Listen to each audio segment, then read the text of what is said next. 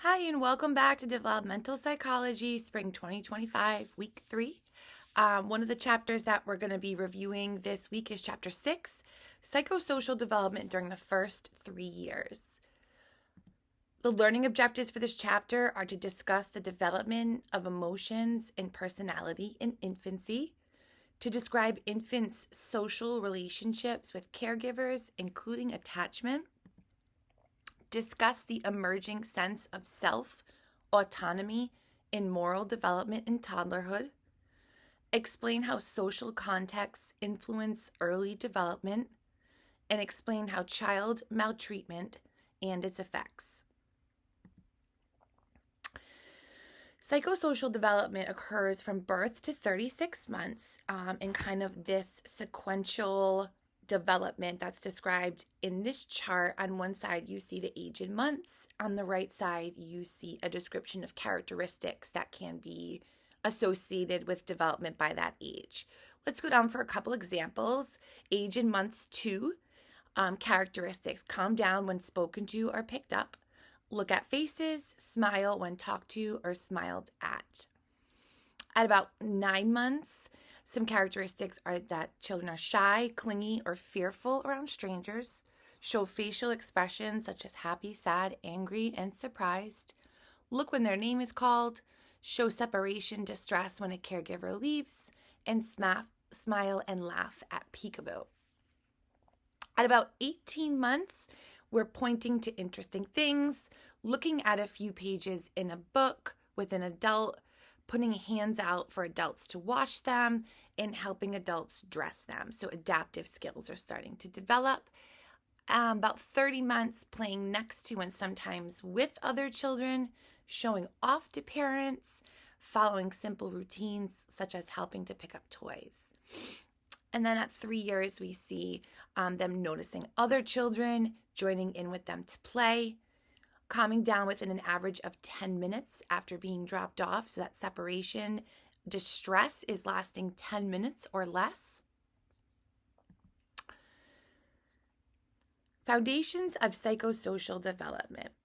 Babies share common patterns of development, but also display distinct behavioral tendencies known as temperament. Eventually, temperament becomes personality, which is the relatively consistent blend of emotions, temperament, thought, and behavior that makes a person unique. Psychosocial development is the combination of personality and social relationships across the lifespan. Emotions such as anger and joy are subjective reactions to experience that are associated with physiological and behavioral changes. People differ in how often and how strongly they feel a particular emotion. Emotional development is an orderly process. Complex emotions unfold from simpler ones. There are 4 unique patterns of crying to express 1 hunger, 2 anger, 3 pain, and 4 frustration. By 5 months of age, babies have learned to monitor caregivers' expression, cry harder if ignored, and then stop if the attempt is unsuccessful. A rapid and sensitive response to crying is associated with later social competence and positive adjustment. Spontaneous smiling appears soon after birth, frequently appearing during periods of sleep. Social smiling begins at the 2nd month as infants gaze at their parents and smile, signaling positive participation in the relationship. Laughter becomes more common between 4 and 12 months. Anticipatory smiles are directed at an object, and then the gaze shifts to the adult. This figure just shows us the differentiation of the development of emotions during the first 3 years. So again, we think of them like building blocks. So the first 6 months, we have contentment, interest, and distress. that then expand to joy, surprise, sadness, disgust, and onward to anger and fear. From 15 to 24 months, the addition of embarrassment, envy, and empathy occur. And from 2.5 to 3 years, the additions of embarrassment, pride, shame, and guilt are additions. Self-conscious emotions such as embarrassment and envy arise only after children have developed self-awareness. Self-awareness is the realization that one's existence and functioning are separate from those of other people and things. By about 3, children have acquired knowledge about societal standards, leading to self-evaluative emotions of pride, guilt, and shame.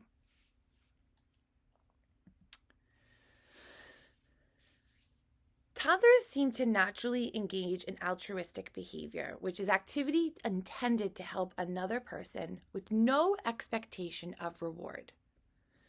Sharing, comforting, and helping may reflect empathy, which is the ability to see oneself in another person's place and feel what the other person feels. Brain cells called mirror neurons may underlie empathy, but this hypothesis lacks empirical support as of yet.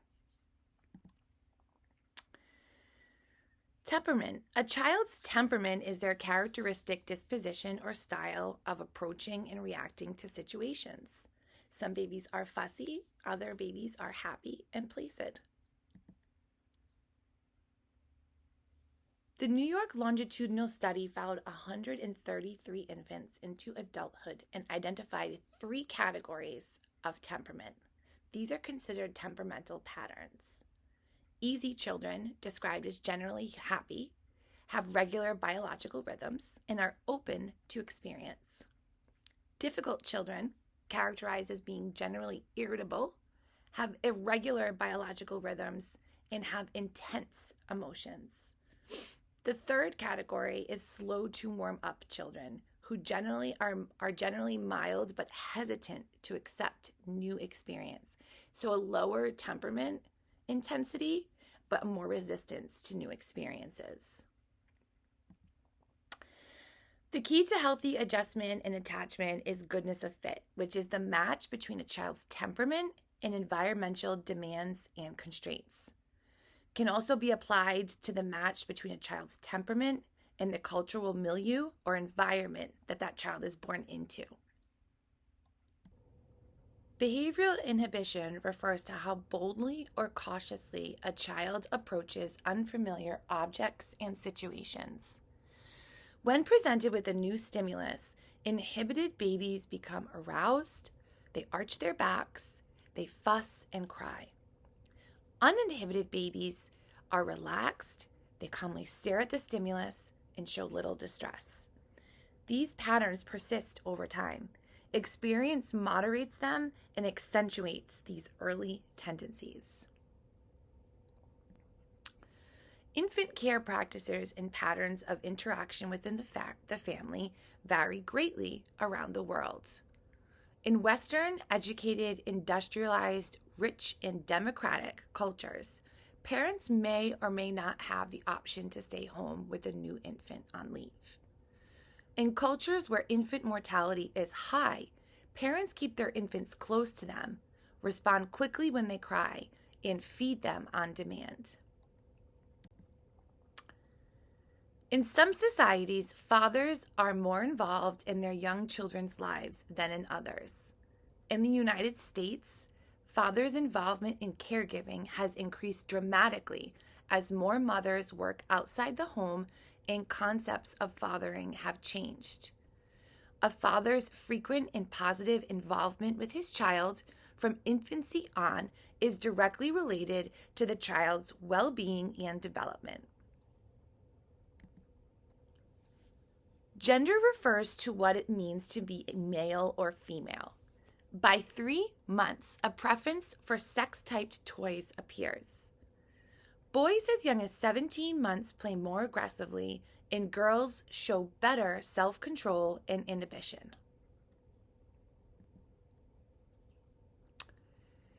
Fathers especially promote gender typing, the socialization process by which children at an early age learn appropriate gender roles. Fathers treat boys and girls more differently than mothers do, even during the first year. More concerned about sons conforming to stereotypes, more of a rigid expectation of how they'll fall into gender norms. The highly physical play style of U.S. fathers is not typical of fathers in all cultures. Erik Erikson argued that each stage in the lifespan has a specific developmental challenge. You learned all about those stages individually when you took general psych. Specifically, a baby's first challenge is forming a basic sense of trust versus mistrust. The critical element is sensitive, responsive, consistent caregiving, particularly when it comes to feeding. Can the baby count on being fed when hungry? If successful, the baby develops trust and hope. When unsuccessful, the baby is mistrustful and has trouble forming quality relationships. Attachment is a reciprocal, enduring tie between two people, especially between an infant and its caregiver, each of whom contributes to the quality of the relationship. Harlow's monkeys experiments looked at attachment resulting from comfort and contact rather than food. And if you remember, those monkeys chose comfort and contact over food almost every time. Patterns of infant attachment are studied in a laboratory technique called the strange situation. Stranger anxiety is wariness of strange people and places shown by some infants during the second half of the first year. Separation anxiety is distress shown by someone, typically an infant, when a familiar caregiver leaves. There are 4 types of categories of attachment pattern. First, secure. The child's behavior that matches with a secure attachment pattern is they're upset when the caregiver leaves and they're happy when the caregiver returns. An avoidant attachment pattern will present as a child who is unaffected when the caregiver leaves and deliberately turns away when the caregiver returns. An ambivalent attachment pattern will present as a child hovering over the caregiver and then who is angry when that caregiver returns. A disorganized attachment pattern will present a child with contradictory responses, confused and afraid. Long-term effects of attachment. Securely attached children tend to develop good relationships with others, have larger, more varied vocabularies, be more curious, competent, and get along better with other children, and experience close, stable friendships in adolescence and healthy romantic relationships in adulthood.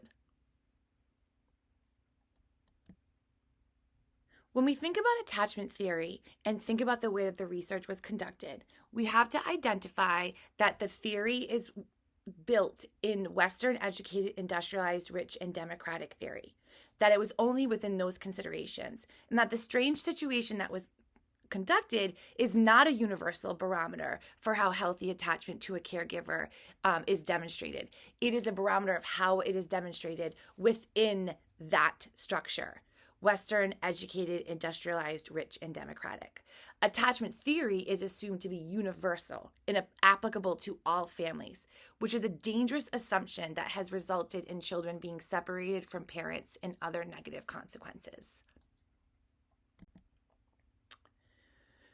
Mutual regulation is the process by which infant and caregiver communicate emotional states to each other and respond appropriately. Ideally, they experience interactional synchrony, an unconscious coordination of behavior in a rhythmic back and forth manner. Still-face paradigm experimental methodology measures interactional synchrony. A lack of synchrony leads to distress. When interactions are synchronous, the baby is joyful or at least interested.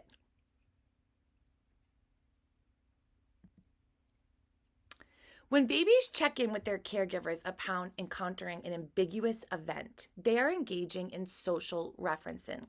Social referencing is seeking emotional information to guide behavior. As children age, social referencing becomes less dependent on facial expression and more dependent on language. So you won't always see the turn toward the caregiver because now the back and forth social referencing can happen just within the context of language. Self-concept is one's sense of self, a descriptive and evaluative mental picture of abilities and traits. By 3 months of age, infants pay attention to their mirror image. Self-awareness emerges between 18 and 24 months. By 20 to 24 months, toddlers begin to use first-person pronouns. Brain maturation underlies development of self-representation.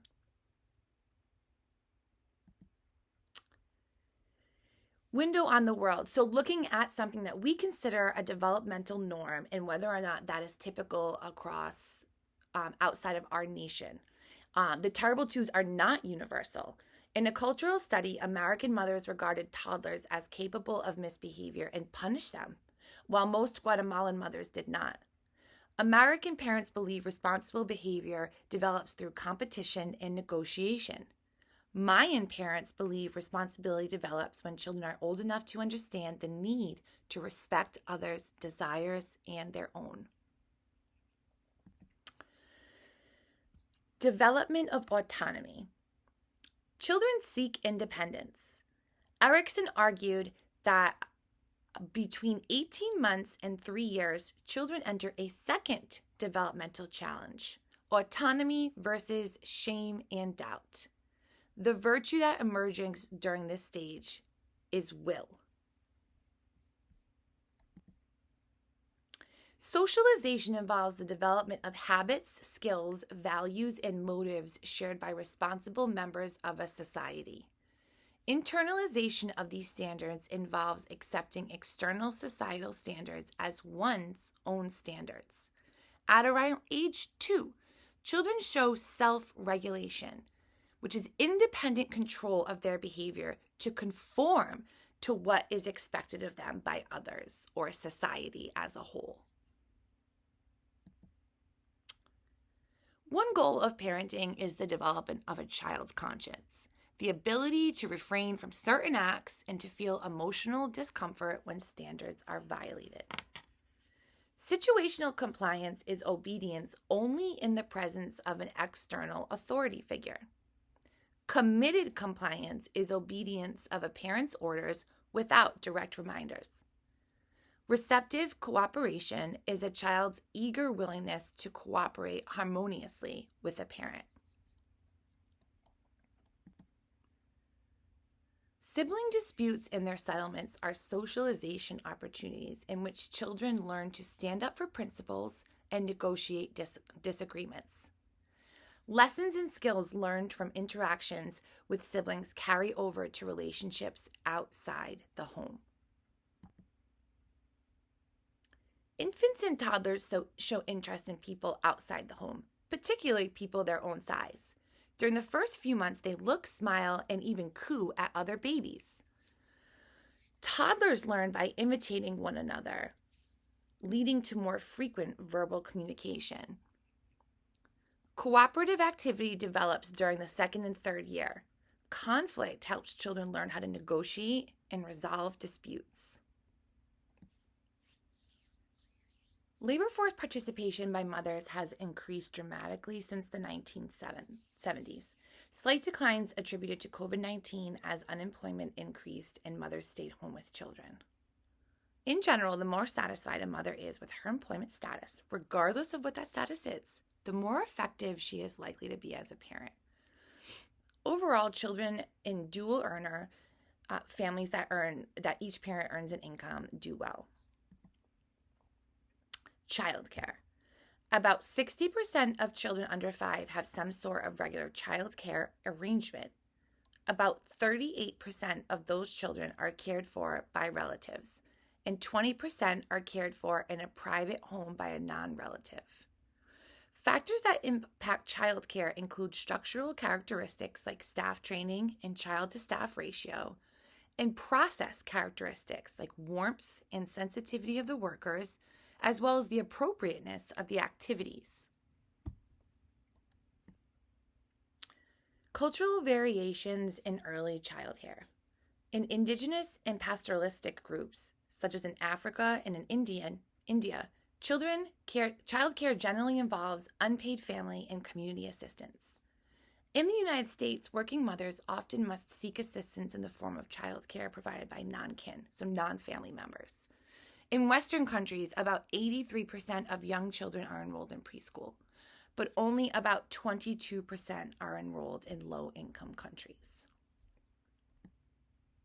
Maltreatment is the abuse and neglect of a child and can take several forms: physical, neglect, sexual, and emotional maltreatment. State and local child protective service agencies received an estimated 3.9 million referrals for alleged maltreatment of 7.1 million children in 2020.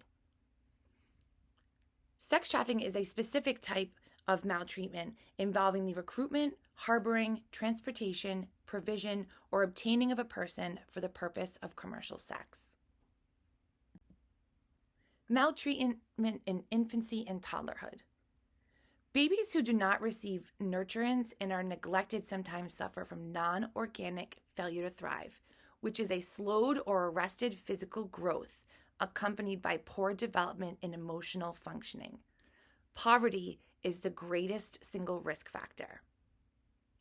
Shaken baby syndrome is a form of maltreatment in which shaking an infant or toddler can cause brain damage, paralysis, or death.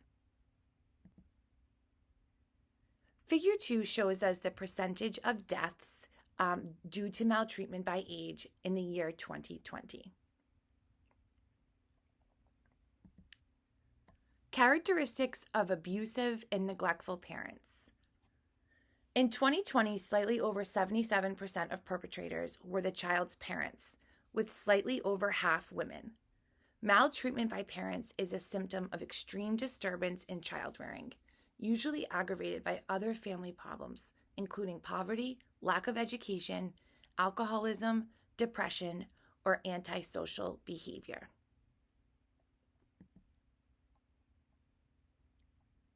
Geographical and economic factors influence rates of abuse.